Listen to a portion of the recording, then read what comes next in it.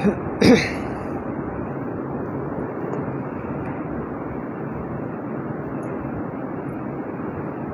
باللہ من الشیطان الرجیم بسم اللہ الرحمن الرحیم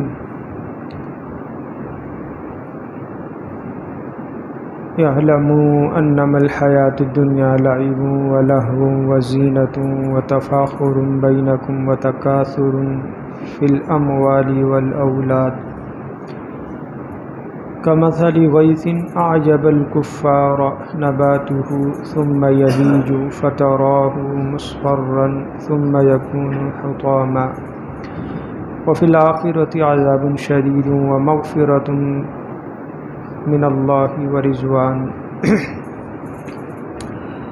وما الحياة الدنيا إلا متاع الغرور سابقوا إلى مغفرة من ربكم وجنة عرضها كعرض السماء والأرض أعدت للذين آمنوا بالله ورسله ذلك فضل الله يؤتيه من يشاء والله ذو الفضل العظيم صدق الله العظيم۔ سورہ حدید کا تیسرا رکوع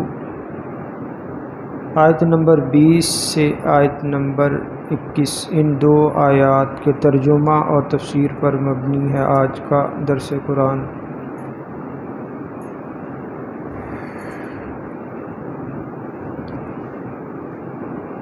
گزشتہ آیات میں اللہ نے انفاق فی سبیل اللہ کی ترغیب اور پھر اس کی فضیلت اللہ نے بیان فرمائی، اور فرمایا کہ جو اہل ایمان ہے جن کا اللہ اور اس کے رسولوں پر ایمان اور جتنی بھی چیزیں ایمانیات میں داخل ہیں جن پر ایمان لانا ضروری ہے،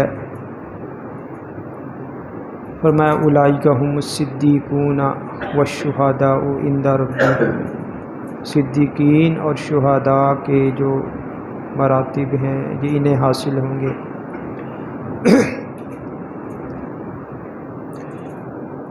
ان کے اجر کا اور ان کے نور کا کہ جو بروز محشر پل صراط میں انہیں حاصل ہوگا، اللہ نے پھر اس کا بیان فرمایا۔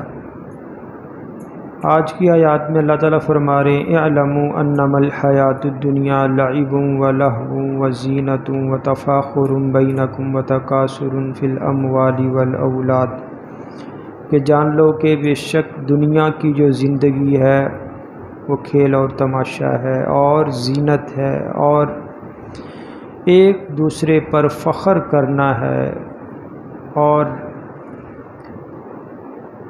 مال اور اولاد کی کثرت طلب ہے۔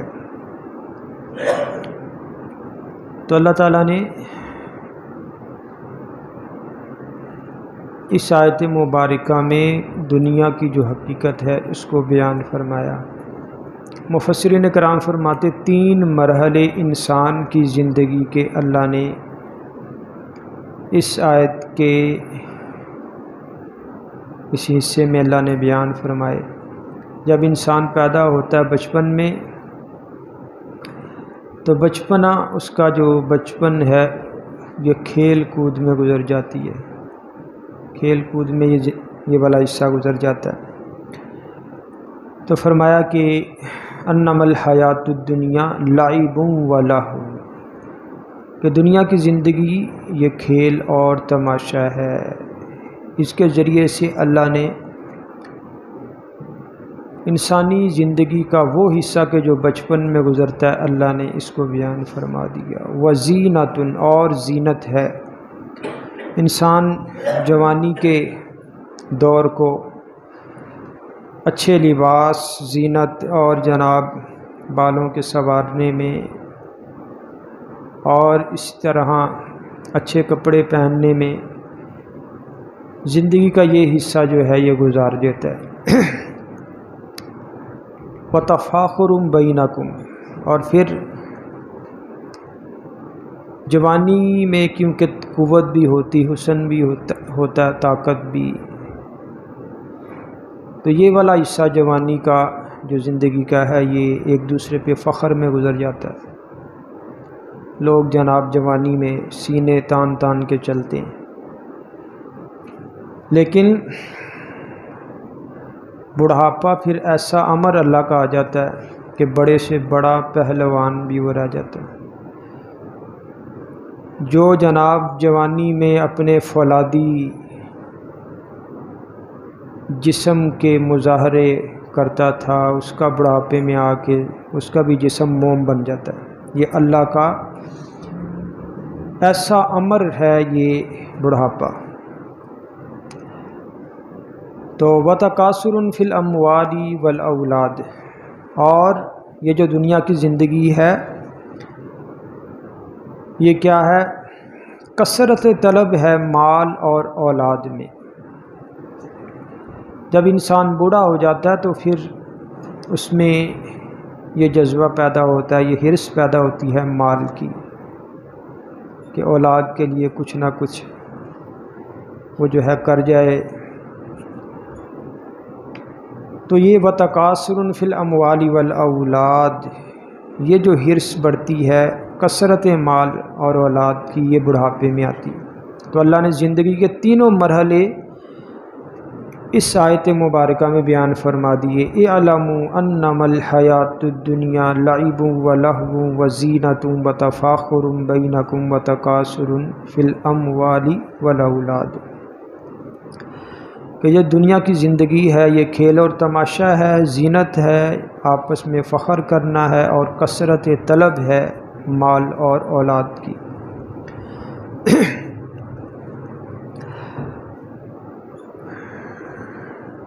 اور پھر یہ دنیا کی زندگی ہے یہ دار العمل ہے، آخرت کی زندگی کیا دار الجزاء۔ لیکن اس میں اس کو دار العمل کے طور پر بہت کم لوگ اسے لیتے ہیں، زیادہ لوگ اسے کیا کھیل تماشائی بنا کے رکھتے ہیں۔ تو مطلقاً یہاں پہ کھیل تماشے کی کہ جو جائز ہیں ان کی نفی نہیں ہے، جیسے احادیث میں آتا ہے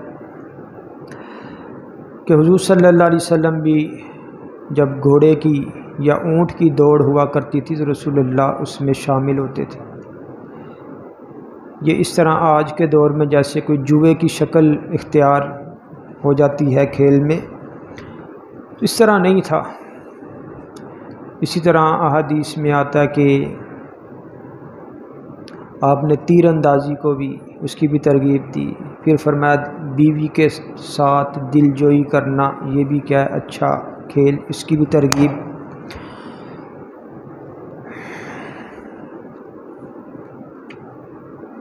تو کھیل کو اس طور پر اپنے اوپر مسلط کر لینا کہ انسان جو معاشرتی ذمہ داریاں ہیں، اس کے علاوہ جو حقوق اللہ ہیں، حقوق العباد ہیں، وہ تلف ہو جائیں، اس کی نفی ہے۔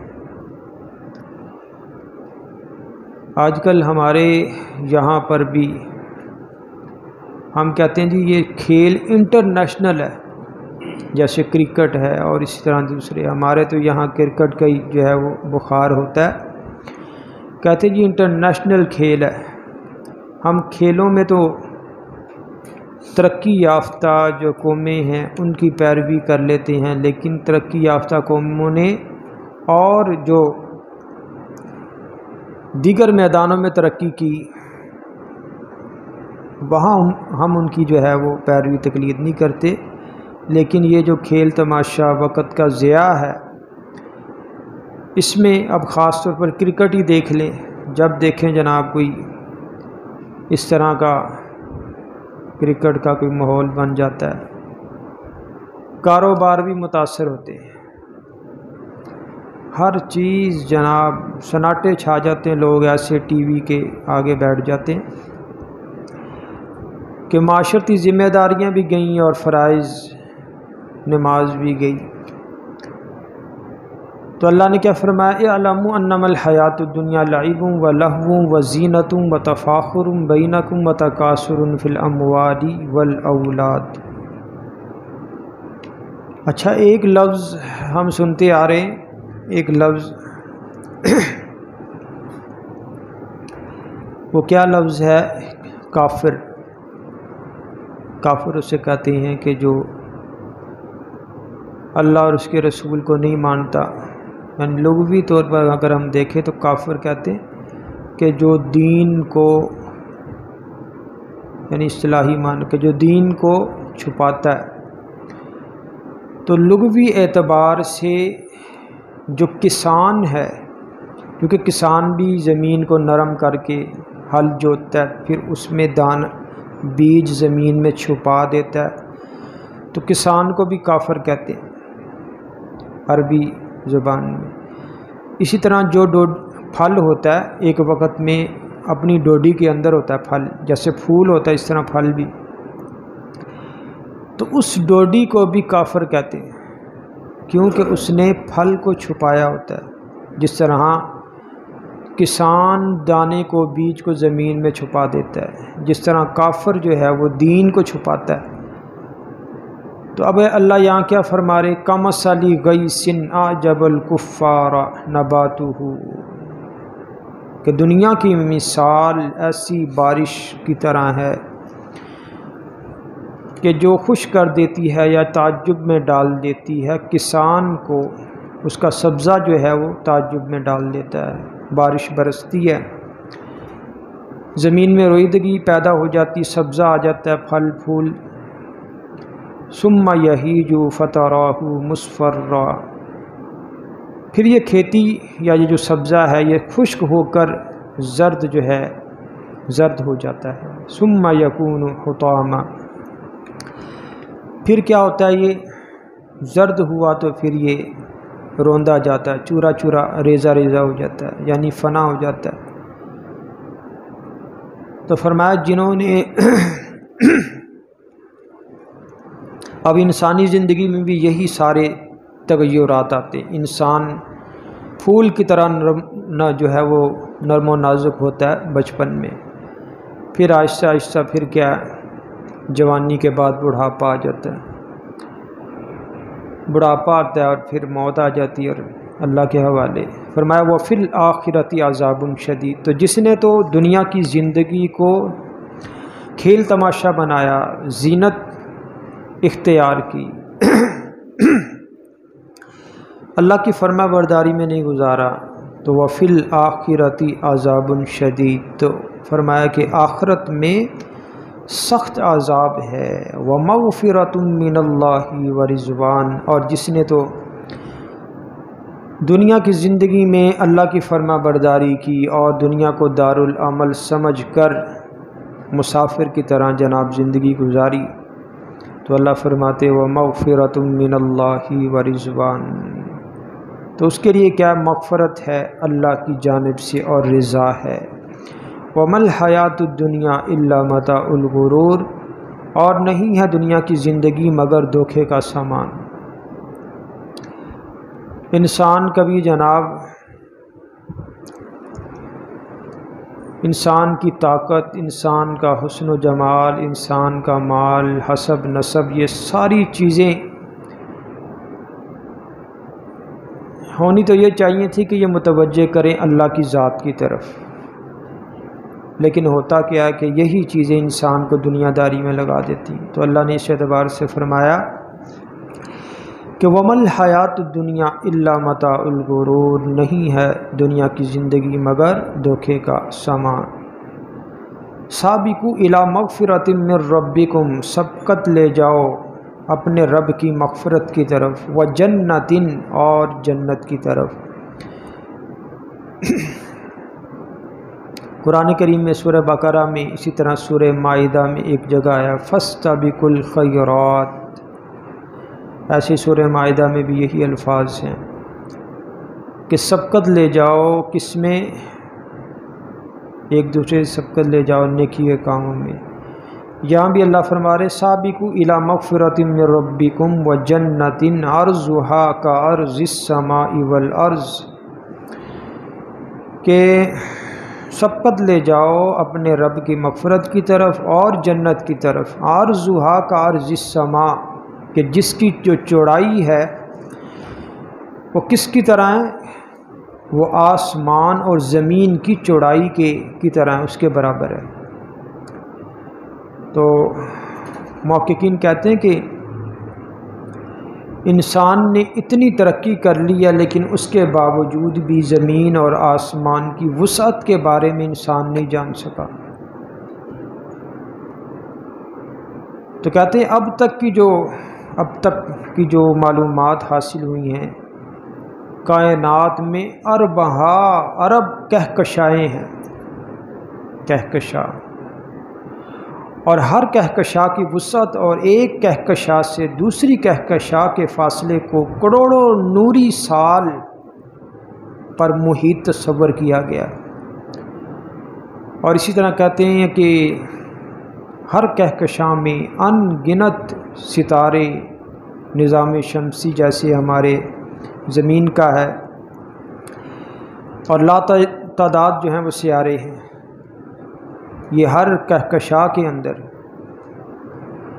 یہ جو ہماری زمین ہے اس کا نظام شمسی لگا لیں اور پھر اس کے گرد اربعاں ستارے، یہ ایک کہکشاں ہے جس میں ہماری زمین ہے، تو اس کے علاوہ اربعاں کہکشاں ہیں، یعنی یہ اب تک کی جو معلومات ہیں۔ تو پھر دنیا کی وسعت، زمین و آسمان کی وسعت، پوری کائنات کی وسعت، اس کا آپ اندازہ لگا لیں کہ اللہ نے ساری کائنات کتنی وسیع بنائی۔ تو اللہ نے یہاں کیا فرمایا کہ سابقوا الی مغفرۃ من ربکم وجنۃ عرضھا کعرض السماء والارض، کہ جنت کی جو چوڑائی ہے وہ کیا ہے؟ آسمان اور زمین کے برابر۔ تو جس چیز کی چوڑائی اتنی ہے تو آپ اندازہ لگائیں اس کی لمبائی کتنی ہوگی۔ تو اب کسی موقع پر ایک سوال جو ہے کیا کہ قرآن مجید میں مذکور ہے یہی آیت مبارکہ وَجَنَّةٍ عَرْضُهَا كَعَرْضِ السَّمَاءِ وَالْأَرْضِ، کہ جنت کی چوڑائی آسمان اور زمین کے برابر ہے۔ تو اس نے کہا کہ حدیث میں ہے کہ آخری شخص جو جنت میں داخل ہوگا اس کو پوری دنیا سے 10 گنا بڑی جنت ملے گی۔ تو کہنے لگا براہ کرم آپ اس کو تفصیل سے بیان کریں، کیونکہ ایک دوست کہہ رہا تھا کہ کیسے کسی شخص کو دنیا سے 10 گنا بڑی جنت مل سکتی ہے جبکہ جنت کی چوڑائی زمین اور آسمان کے اعتبار سے ہے۔ تو علماء نے اس کا جواب دیا کہ قرآن مجید میں جنت کے بارے میں یہ جو آیا ہے کہ اس کا عرض اس قدر ہے جتنا آسمان اور زمین کا ہے، تو فرماتے یہ اس وجہ سے ہے کہ انسان کے دماغ میں آسمان اور زمین کی وسعت سے زیادہ اور کوئی کسی چیز کی وسعت آ ہی نہیں سکتی۔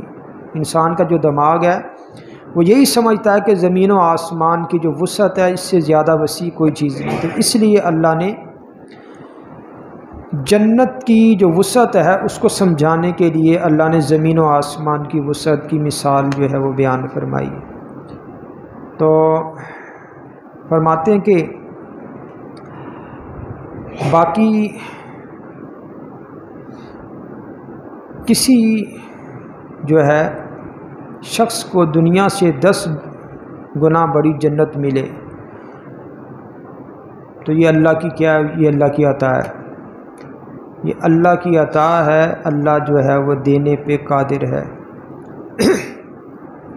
اچھا، جنت کی جو وسعت ہے اس کی مثال ایک حدیث سے بھی جو ہے وہ ہوتی ہے۔ ایک صحابی تھے تو حضرت عبداللہ بن عمر رضی اللہ تعالیٰ عنہ یہ بیان فرماتے کہ نبی صلی اللہ علیہ وسلم نے فرمایا جنت کے جس دروازے سے میری امت کے لوگ داخل ہوں گے اس دروازے کی چوڑائی اس سوار کی 3 مسافت کے بقدر ہوگی جو گھوڑے پر سوار تیز اسے دوڑانا جانتا ہے۔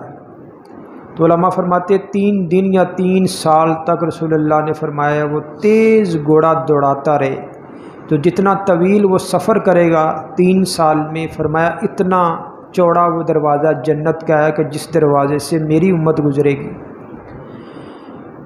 فرمایا کہ پھر بھی اس کے باوجود کہ وہ دروازہ اتنا چوڑا ہے، فرمایا اس کے باوجود وہ لوگ یعنی میری امت کے جنتی لوگ اس دروازے سے داخل ہوتے ہوئے نہایت تنگی محسوس کریں گے۔ وہ کہیں گے دروازہ چھوٹا ہے، تنگی محسوس کریں گے، یہاں تک کہ ان کے کاندھے ایک دوسرے سے رگڑ کھائیں گے۔ تو اب یہاں سے اندازہ لگائیں کہ جس جنت کا دروازہ اتنا بڑا، وہ جنت خود جو ہے وہ کس قدر اللہ نے وسیع بنائی۔ اللہ تعالی ہم سب کو جو ہے جنت الفردوس میں اعلیٰ مقام جو ہے عطا فرمائے، اور ایسے اعمال کی انجام دہی اللہ ہمیں نصیب فرمائے کہ جو جنت میں جانے کا اور اللہ کی رضا کا باعث ہوں۔ تو جنت کی چوڑائی بیان فرمانے کے بعد اللہ کیا فرما رہے ہیں؟ اعدت للذین آمنوا باللہ ورسلہ، جو تیار کی گئی ہے ان لوگوں کے لیے کہ جو ایمان لائے اللہ پر اور اس کے رسولوں پر۔ اللہ پر ایمان اور اس کے رسولوں پر ایمان، یہ جو ہے بنیادی طور پر دو چیزوں کو ذکر کر دیا گیا، وگرنہ تمام وہ چیزیں کہ جو ایمانیات میں داخل ہیں ان سب پر ایمان لانا ضروری ہے ایک مومن ہونے کے لیے۔ یہ نہیں کہ اللہ پہ اور اس کے رسولوں پہ ایمان ہے تو فرشتوں کا، کتابوں کا، جنت کا، جہنم کا انکار کر دیں، تو یہ کیا جنت کا، جہنم کا، فرشتوں کا انکار، اسی طرح جو چیزیں ایمانیات میں ہیں سب پر ایمان لانا ضروری ہے۔ فرمایا ذالک فضل اللہ یؤتیہ من یشاء واللہ ذو الفضل العظیم، کہ یہ اللہ کا فضل ہے کہ اللہ جو ہے جسے چاہے عطا فرمائے، اور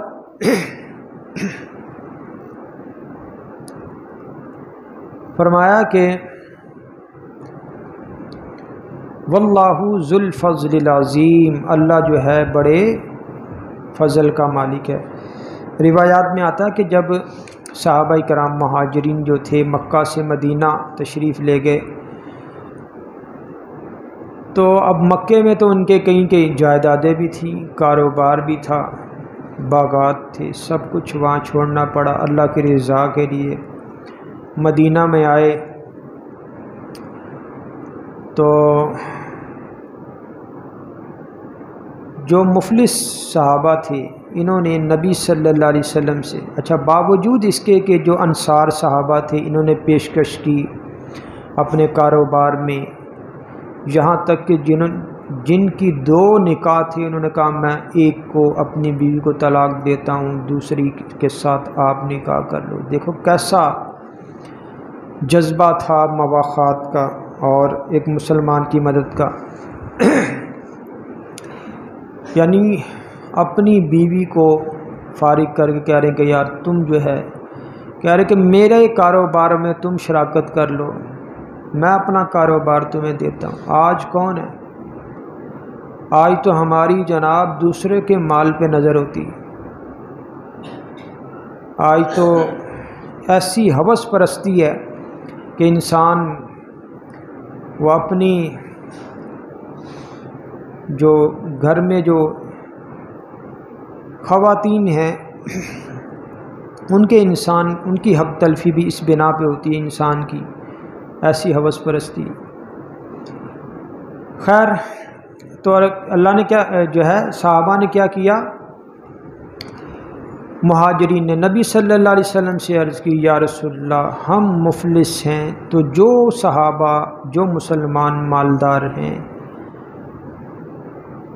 وہ کیا کرتے ہیں کہ وہ جہاد میں بھی مال خرچ کرتے ہیں، زکوٰۃ ادا کرتے ہیں، صدقات دیتے ہیں،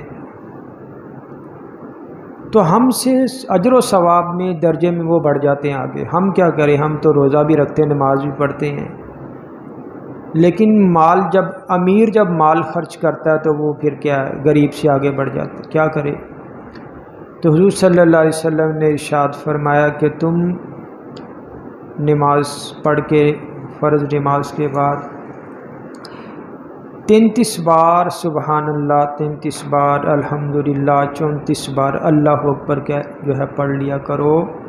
فرمایا کہ تم جو ہے اپنے ان مالدار بھائیوں سے ثواب میں، اجر و ثواب میں آگے بڑھ جاؤ گے، یہ تسبیحات پڑھ دیا کرو۔ انہوں نے کہا ٹھیک ہے۔ کچھ دیر بعد جناب وہ پھر آگے، کچھ دنوں بعد، یا رسول اللہ آپ نے تو ہم غریبوں کو یہ تسبیحات پڑھنے کے لیے بتائی تھیں، وہ جو مالدار امیر ہے انہوں نے بھی پڑھنا شروع کر دیا، اب ہم کیا کریں؟ تو حضور صلی اللہ علیہ وسلم مسکرا پڑے، فرمایا یہی آیت مبارکہ تلاوت فرمائی، ذالک فضل اللہ یؤتیہ من یشاء، کہ یہ اللہ کا فضل ہے، اللہ جسے چاہے عطا فرمائے، واللہ ذو الفضل العظیم، اللہ جو ہے بڑے فضل والا ہے۔ تو یہ اللہ کے نبی، اللہ اور اللہ کا جو نبی اتنا مہربان ہے کہ وہ بندے کی آسانی کے لیے اگر کسی عمل کی طرف رہنمائی کرے، اس کے باوجود بندہ نہ کرے، تو اب اس میں کس کا قصور ہے؟ خیر،